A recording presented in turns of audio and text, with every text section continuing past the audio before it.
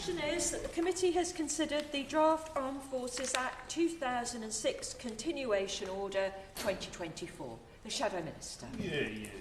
Thank you, Madam Chair, and may I start by paying tribute to the Minister and welcoming him to his place. The Labour front bench and indeed our whole House, I think, is greatly enhanced by his presence among us, and I pay tribute to him and to the speech he's just made, and I look forward to working with him on the important matters that we share in common in this brief.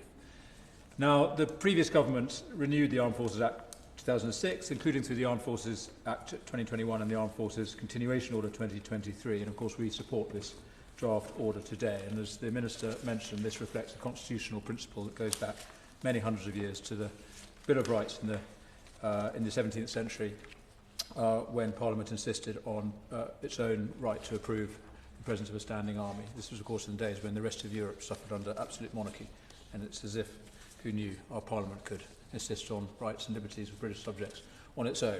So I'm very pleased to be standing in the tradition set all those years ago.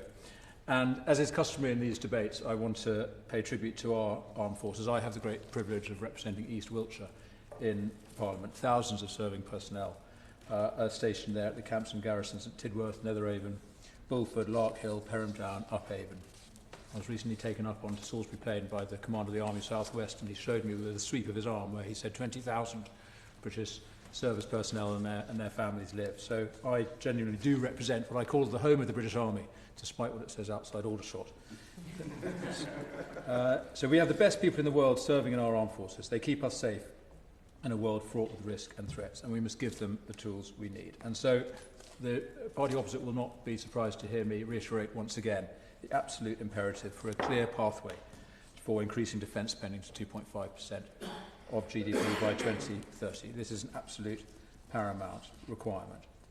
And if the government does not do this now in this debate or at the budget in a few weeks, there is a real risk of defence cuts at the worst possible time for our armed forces, when countries around the world are doing exactly the opposite. They are rearming, they are increasing defence spending in order to prevent escalation and keep us safe. And as we discovered at oral questions yesterday, the ministers could not even commit that defence training or research and development will have their budgets protected in the upcoming budget.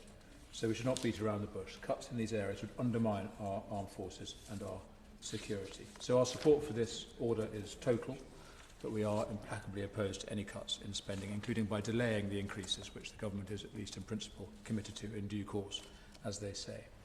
So that is the real test of our commitment to the armed forces, whether we're prepared to make the spending commitment soon. Thank you.